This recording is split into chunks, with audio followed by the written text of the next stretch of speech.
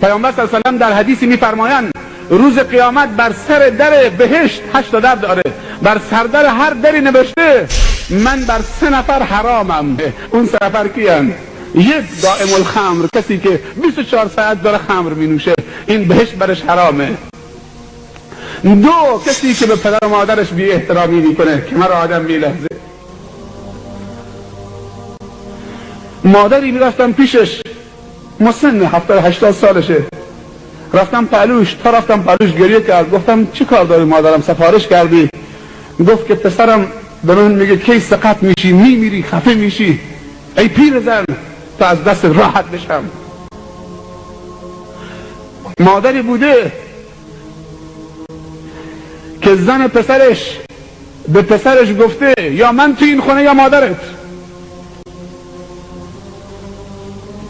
مرده هم به زنش گفت مادرم بره بیرون تو باشی. پیامبر صلی الله علیه و سلم میفرمایند، علما میفرمایند دعای پدر و مادر در حق اولاد مثل دعای پیغمبر در حق امتشه. بترس از دعای مادر و نفرین مادر. چند بار به مادرت گفته ای پیرزن؟ دختره حالا دیپلم گرفته، دانشگاه داره میره، پاش رو پا انداخته، مثل یک نوکر کنیز به مادرش میگه خوراک درست کن، خوراک بیار، لباسم اتو بکن، لباسم بشور، من دانشگاه دارم میرم. یکی از علامات قیامت ان تلد الامة ربتها، این که بیبی کنیز بیاد بیبیشو به دنیا بیاره. سوال کردن تعجب کنیز چطوری بیبی به دنیا میاره؟ گفت در آخر الزمان دختری که باید اطاعت و احترام مادرش بکنه برعکس میشه، مادر باید اطاعت دخترش بکنه. حالا شده داره میبینی روی سردر بهشت نوشته من بر 3 نفر حرامم. 1 دائم الخمر، 2 کسی که به پدر و مادرش بی احترامی بکنه، 3 دیوس.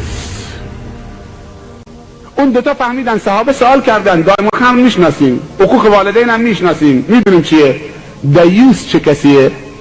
گفت دیوس کسی که نسبت به ناموسش بی تفاوته.